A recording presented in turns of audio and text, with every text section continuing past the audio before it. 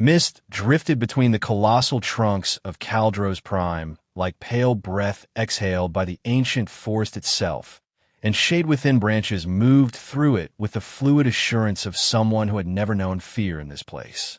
His moss-woven cloak blended so perfectly with bark and shadow that even the birds failed to react to his passing.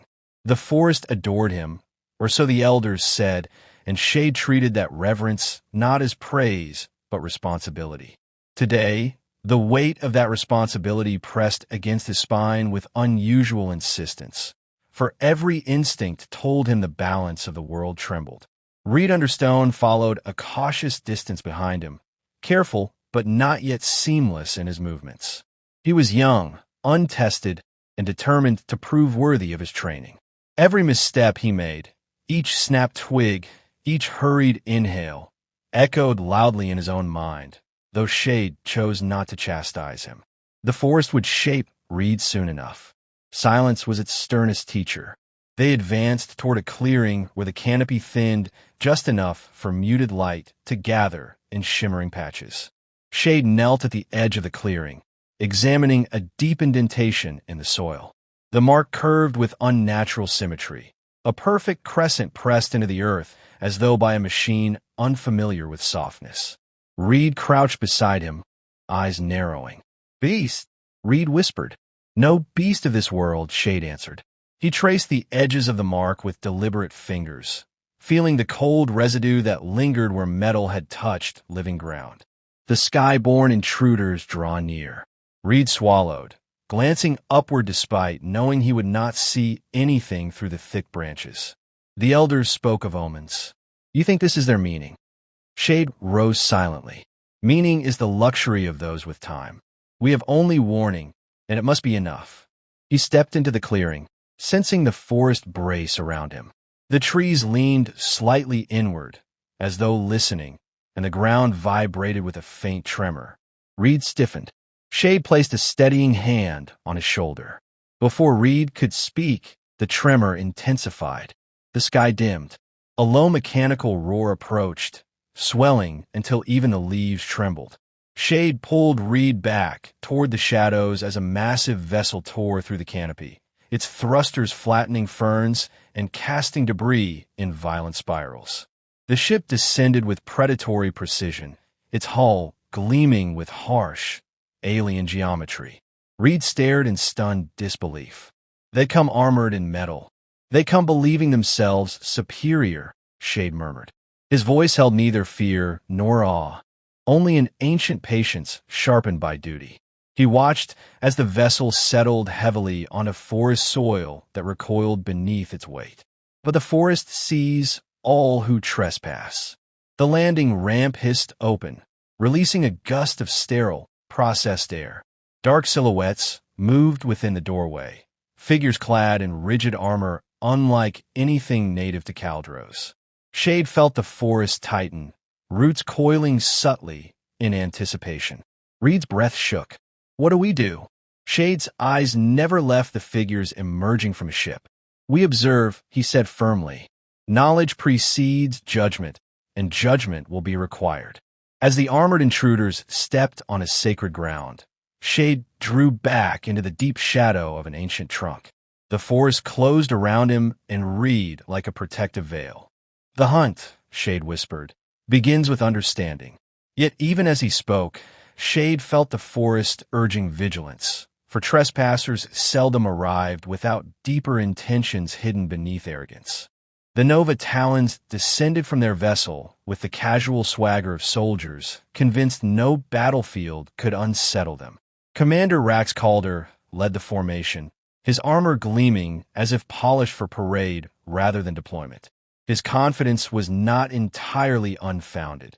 He had survived campaigns across 6 worlds and believed this assignment would be another efficient demonstration of Dominion superiority. Behind him moved Scout Aya Drews, her visor alive with shifting icons as she monitored atmospheric readings. She carried herself with an analytical stillness, preferring data to intuition. Beside her lumbered medtech Hask, encumbered by medical gear fused to his spine through chrome interfaces.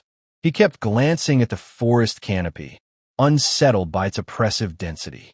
Last came Lieutenant Varen Kale, heavy weapons expert, who grinned at the sight of towering trunks as though they were merely obstacles awaiting demolition. "Primitive world," Kale muttered. "Smells like mulch and humidity." "Focus," Rax replied, though amusement tugged at his voice. "Command want a swift sweep. Locate natives, record compliance, and clear the zone for resource extraction." Aya adjusted her scanner. No life signs within 50 meters, but interference is unusually high. Instruments keep recalibrating. "Old-growth canopy," Rax said. "Dense organics confuse weak sensors. Nothing to fear."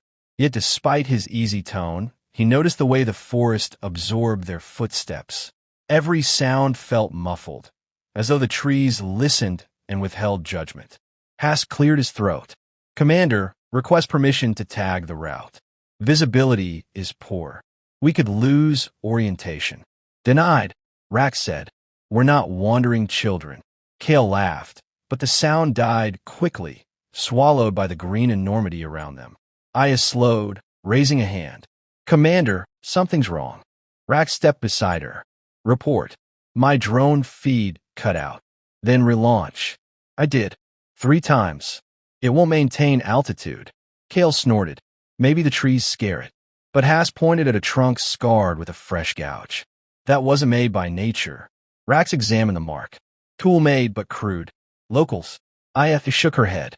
"Depth indicates force beyond human musculature. Something watches us." Kale raised his rifle. "Good. Saves us time." "No," Rax said. "We follow protocol. Observe before engagement." They moved deeper, though unease crept into their formation. The forest darkened, branches arching overhead like interlocking ribs. Aya's visor flickered. Hask's vitals monitor emitted confused clicks. Kale muttered increasingly forced jokes. Rax halted. "Enough. This place is playing tricks." We regroup, and a sudden thud echoed above, crisp and deliberate. All 4 froze. Rax lifted his gaze into the dense canopy. Nothing. Yet the air tightened around them, as though the forest held its breath. "Commander," Aya whispered, "we're not alone." Rax steadied himself. Then eyes up. "We adapt." But as he spoke, another sound, so soft it barely existed, moved behind them. Kale spun. "Show yourself." Only leaves swayed. Rax signaled a tactical spread, though doubt gnawed at him. The mission was no longer routine. Something here knew the forest far better than they did, and it had already marked them. The team tightened their formation, each aware that unseen eyes tracked their every shift. Rax forced a slow breath, refusing to let uncertainty eclipse authority. "Forward," he ordered, though the command rang thinner than before. They advanced with weapons raised, scanning shadows that seemed to lean closer. The oppressive quiet pressed against them until it felt like weight. Then a branch above them shivered without wind. Aya caught the movement first, her breath hitching. For an instant, she glimpsed a figure draped in foliage, balanced with impossible stillness. She blinked, and it vanished, absorbed into bark and shadow. "Confirmed," she whispered. "We're being hunted." The first strike came so swiftly that none of the Nova Talons understood what had happened until silence reclaimed the forest. A whisper of movement, a flicker at the edge of Kale's visor, and then a vine snapped around his ankle with predatory precision. He was yanked off his feet before his rifle even rose. Rax shouted his name, but the canopy swallowed Kale instantly, leaving only drifting leaves in his wake. A heartbeat later, a dull, wet crack echoed overhead, followed by a metallic clatter as his detached visor tumbled to the ground. Aya stared at the shattered lens, her throat tight. Hask stepped toward it, but Rax blocked him with a raised arm. "Hold position," Rax ordered, though tension strained his voice. "We don't know the angles." But the forest did. It shifted and murmured with quiet approval, the branches overhead trembling as though acknowledging a debt paid. Aya scanned upward, sending fragmented data to her visor. None of it made sense. "I can't track movement," she whispered. "It's like something bends the readings." Hask's breathing quickened. "We're exposed out here." We need cover. There is no cover, Aya replied softly. The canopy is the cover. Rax forced himself to think. Panic helped nothing. He motioned for them to move, but his usual confidence faltered beneath the weight of unseen scrutiny. They advanced cautiously beneath clustered branches that seemed to lean closer with every step. A faint click sounded beneath Aya's boot. She froze. Rax turned sharply as the ground gave way, swallowing her with terrifying smoothness. Her scream cut through the forest, raw and disbelieving, before abruptly stopping as the hollow trunk sealed above her. Rax lunged forward too late, striking bark that had already knitted shut. Hask staggered backward, clutching his gear. "Commander, they're taking us apart." Rax slammed his fist against the trunk, fury overriding fear. "Aya!" he bellowed, but no answer came. The forest absorbed every hint of her presence, leaving only a trembling imprint of where she had stood. "We need extraction," Hask insisted, fumbling with his comlink. Static greeted him, swirling like distant whispers. He paled. "There's interference on all frequencies. Something's jamming us." Rax scanned the surroundings, but the forest refused to offer logic. The air thickened with an almost ritualistic patience, as if the woods themselves were evaluating the worth of their next prey. "Eyes sharp," he said. "We move." No hesitation. But hesitation no longer mattered. They were being herded. Rax led Hask through a corridor of towering trunks that narrowed with unnatural symmetry. Shadows slid between branches, silent yet unmistakably deliberate. Rax felt their presence in the tightening of the air, in the uncanny stillness that followed each step. He sensed intelligence, cold, focused, and ancient. Branches above them creaked with purposeful rhythm. Hask whimpered as his medical scanner began emitting irregular tones, flashing warnings that meant nothing and everything at once. "Commander, they're studying us." Rax gritted his teeth. "Then we don't give them anything." A soft rustle drifted from behind. Rax spun, rifle raised, but saw nothing except the slow sway of a moss-covered figure dissolving in a bark. The creature's camouflage was so complete that Rax doubted his own eyes. Its presence lingered only in the faint impression of deliberate movement. Hask's resolve collapsed. "Rax, please." Another sound cut him off, the taut snap of a drawn bowstring, though no bow was visible. A projectile struck Hask's thigh with surgical precision. He cried out as his leg buckled, but before Rax could reach him, vines surged like living restraints, pulling him toward the roots. His fingers clawed at soil until only furrows remained where he had dragged them. Rax stood alone, chest heaving. The forest no longer felt vast. It felt intimate, attentive, a predator savoring the final moment before closing its jaws. He forced himself to breathe slowly, refusing to surrender to terror. Someone was orchestrating this hunt, and Rax intended to face them. "Come then," he whispered into the trees, lifting his rifle. "If you want me, take me yourself." Rax advanced through the narrowing corridor of trees with the wary precision of a man who understood he was living on borrowed seconds. His rifle tracked every shadow, though he no longer trusted the weapon to level the odds. The forest had already dismantled his squad with unsettling efficiency, and some part of him knew that raw firepower meant little to an enemy that moved as fluidly as mist. Yet pride kept him standing.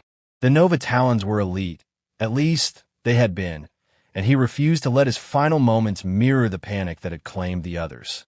He steadied his breath, forcing his heartbeat into a rhythm he could command. The canopy above shifted with deliberate grace, each motion too coordinated to be the random sway of branches. Rax lifted his gaze and caught the fleeting silhouette of a figure descending the trunk with silent agility. He fired a burst on instinct, but the rounds pierced only bark. The figure had already vanished, slipping into another angle of approach, as though reading Rax's movements before he made them. "Show yourself," Rax shouted, his voice harsher than he intended. "If you're hunter enough, face me without your shadows." A low rustle answered him, neither mocking nor aggressive, merely acknowledging the challenge. A moment later, Shade within branches stepped from the gloom, his form layered in tattered green that shifted with the light. His hood obscured his face, but the intent in his posture needed no translation. He moved with a confidence that came from perfect understanding of the ground beneath him. Rax raised his rifle again. "You kill my team." Shade did not flinch. "They trespassed." His voice was calm, carrying the quiet authority of someone who served something greater than himself. "Your metal beasts scarred the earth. The forest remembers every wound." Rax tightened his grip. "We were ordered to survey, not slaughter." Shade tilted his head. "Intent does not cleanse harm." Rax steadied his aim, adjusting his stance. "I won't die like the others." "No," Shade agreed. "Your end will serve a different purpose." Before Rax could decipher the meaning, Shade moved. It was not the hurried leap of a desperate fighter, but the precise shift of someone striking at the exact heartbeat required. A looped cord of woven vine snapped around Rax's forearm, wrenching the rifle aside with brutal efficiency. Pain shot through him, and the weapon clattered across the roots. Shade closed the distance, trapping him in a hold that relied on leverage rather than brute strength. Rax fought back with everything instinct demanded. Elbows, knees, a desperate twist, but Shade matched each motion with unyielding poise. Eventually, Rax's resistance faltered. Shade eased him to the forest floor with ceremonial deliberation, binding his limbs with vines that tightened like living restraints. Breathing heavily, Rax looked up at the hunter. "Why kill us? You could have driven us off." Shade crouched beside him. "You came with arrogance, not respect. Those who mock the sacred must answer for their trespass. Your people will learn through what we leave behind." Rax swallowed hard as realization struck. "You're sending a message." "Yes," Shade said. "A truth your kind has forgotten. Not all worlds bend to dominion." Rax closed his eyes as Shade lifted a carved blade, its edge shaped from fused bone and root. There was no malice in the gesture, only duty. The strike was swift, granting him a cleaner end than his squad had known. When it was done, Shade carried the lifeless body into the high canopy, securing it among the branches beside the others. The forest accepted the offering, its leaves trembling with quiet satisfaction. Far beyond the treetops, the Dominion vessel dispatched a retrieval drone, expecting routine data. Instead, it captured the stark image of armored bodies suspended like solemn warnings. Within hours, whispers spread through command halls, each retelling eroding the arrogance that had once defined them. Back in the forest, Shade stepped onto a massive limb overlooking the valley. Reed Understone emerged nearby, solemn but resolute. Shade placed a steady hand on his shoulder, neither praise nor comfort, simply acknowledgement. "The forest is safe," Reed said softly. "For now," Shade replied. He turned toward the endless green. "But vigilance is the price of peace." Then, as quietly as he had arrived, he melted into the foliage, leaving only the whisper of leaves to mark his passing.